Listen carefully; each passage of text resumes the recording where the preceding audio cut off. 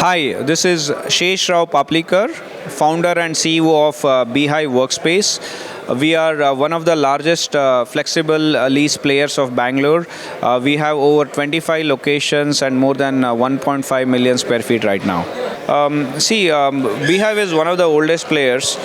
We started way back in 2014. That's when I came back from US and started.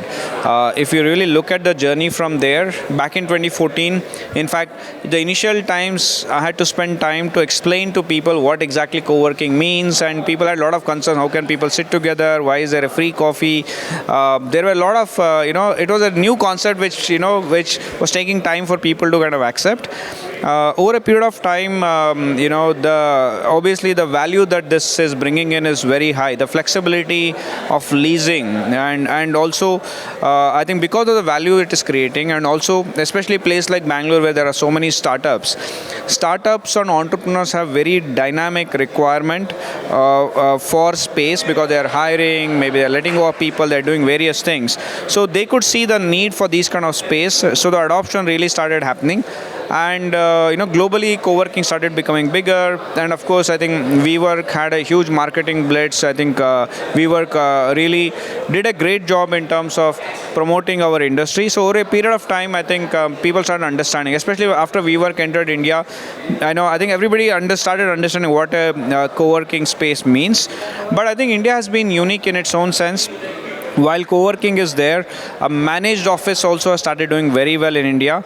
Compared to various other countries like US, managed office also has played significant role, and large players, be it SmartWorks, IndiCube, various players, have done a great job in promoting this concept. I think India is a much more stable market. Today, honestly, the way things have gone post-pandemic, India is one of the few countries that is doing extremely well in commercial real estate. Flexible industry in India is doing very, very well. At one time, I know 2014, not even 0.5% of the market take-up would be from flexible leasing players. Today, almost like well over 20%, 20 to 25% of the market take-up is happening from, when I say market take-up, the absorption of office space, almost 1/4 is happening because through our industry.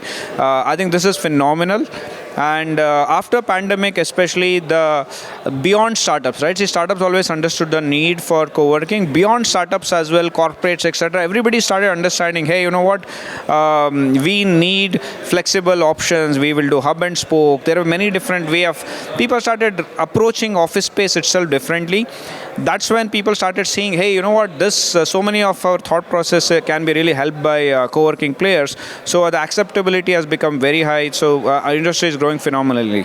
So in terms of uncertainties of the flexible workspace, this is a industry that is in fact reducing uncertainties for many others and taking up more uncertainty. So there is a level of risk that our industry does take up, right? For example, assume our industry did not exist. An end tenant, right, who would be an end company, would have to sign a significantly long-term lock-in to even to get a small office with a warm shell office. Somebody would take up a 5 years lock-in, do their own interiors, and for them, ability to be flexible would be very hard. Tomorrow, a smaller company, if they have to shut down, they have to relocate, or they outgrew the location, they would lose a lot of money. So our industry kind of came in a way, built-in flexibility and started creating value for players by offering a flexible way of doing things. Similar to how Ola, Uber, etc. has brought in flexibility for commuting, right? Without owning a car, I can still, let's say, I'm here in Bombay, I don't have a car here, I can take Uber and travel anywhere, right? That kind of flexibility was brought in.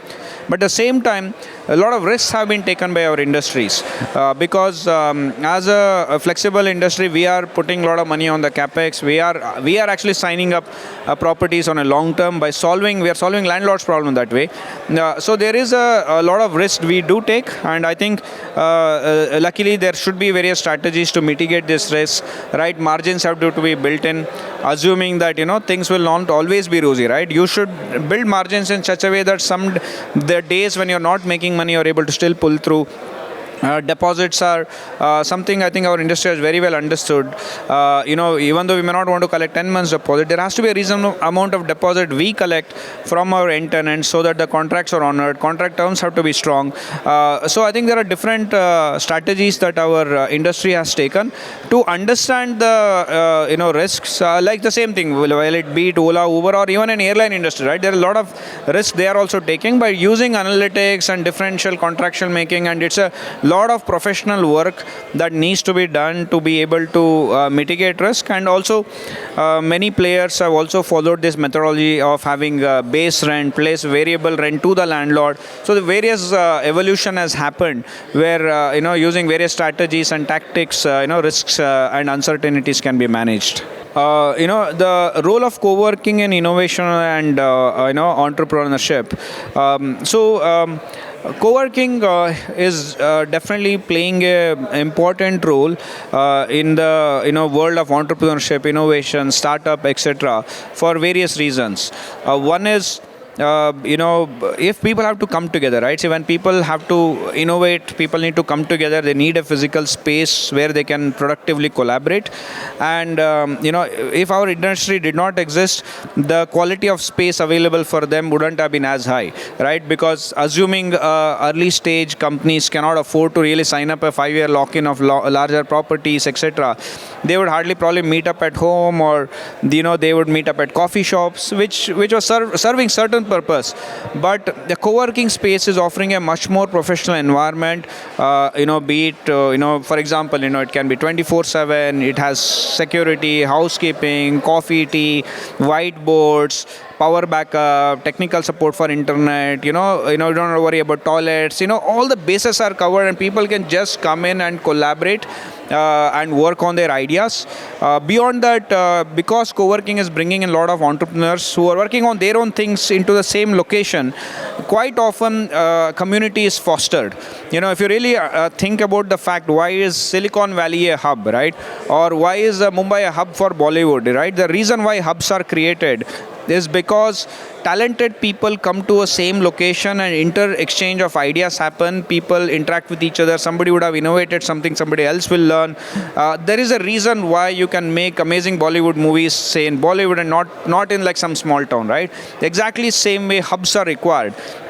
And what co-working is doing is within these hubs itself, like be it Bombay or Bangalore or Delhi, you're creating these co-working space is a hyper hub within these hubs where people can very nicely interact with each other, run into each other, understand what's happening in the market.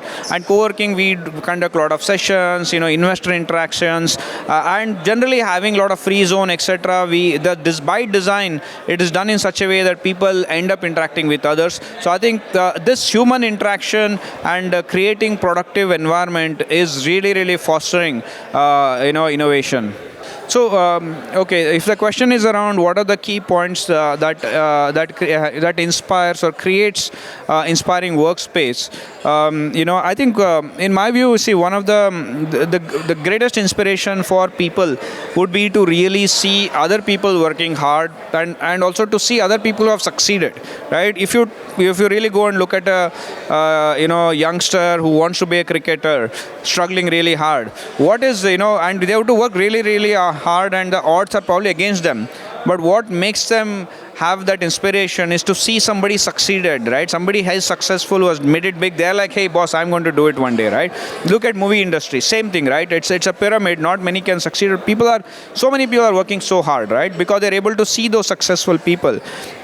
I think the biggest inspiration which a co-working space does is it gets people rub their shoulders with other people who have succeeded. They look at various other companies that are doing well. In a co-working space, it will have a freelancer to a startup to a upstart to a completely large stage companies, and ability to interact with various other people and see other people, and I think co-working space also creates a situation of an institution. If I would give an example, I worked in large companies. In my own corporate world, I was in Infosys working in a large campus. It would make me feel safe. Hey, I'm part of some big company, right? I studied in one of the best engineering colleges. I would feel like, hey, I'm in this institution. You'd feel very safe being as part of institution. I think humans are designed that way. And when I, for the very first time, got into the startup world, this was back in 2014, even before I started BHIVE, and started sitting in a small room where I couldn't interact with others, I suddenly felt left out. It's like I've left my ship, right? And when that was really tough to take, because I was always used to be in an institutional and a larger environment, seeing other people doing things. And I think from there to today, if I see us, a smaller startup being in a larger co-working space, seeing many others doing things, you would feel like you're not odd, right? You're part of something much bigger. You're seeing so many people doing it, and I think that is what is going to let people to continue to go further, and I think making them feel as if they are part of, which is actually factually true. They are part of something bigger, and co-working space and the way the spaces are designed have to make them realize that fact, and that's what is going to continue to inspire them to keep working harder. See, the question is around post-pandemic. A lot of people have started. A lot of people, of course, were forced to work from home, and it has created a scenario where companies now want many of them to return, and there is a conflicting situation. How this whole situation is playing out. So what I really see is, of course, during pandemic, people didn't have a choice. Everybody had to work from home, and I think after that scenario, people have realized that, of course, there are many jobs which can be done 100% work from home, but probably that is maybe 10-15% of the jobs. Most of the jobs either need a full presence in office or at least a hybrid presence, right? Because humans at the end of the day have to come together to do creative work, to understand bonding, to know people.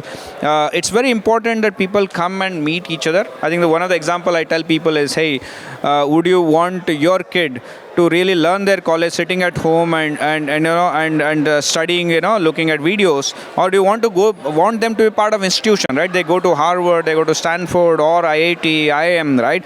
There is no replacement for them being part of the institution. That's because they're in a physical place, interacting with people, be it their teachers, be it their peers, and see that there is no other way that things can be done better than that. While of course people can study home and do things. Same thing at work.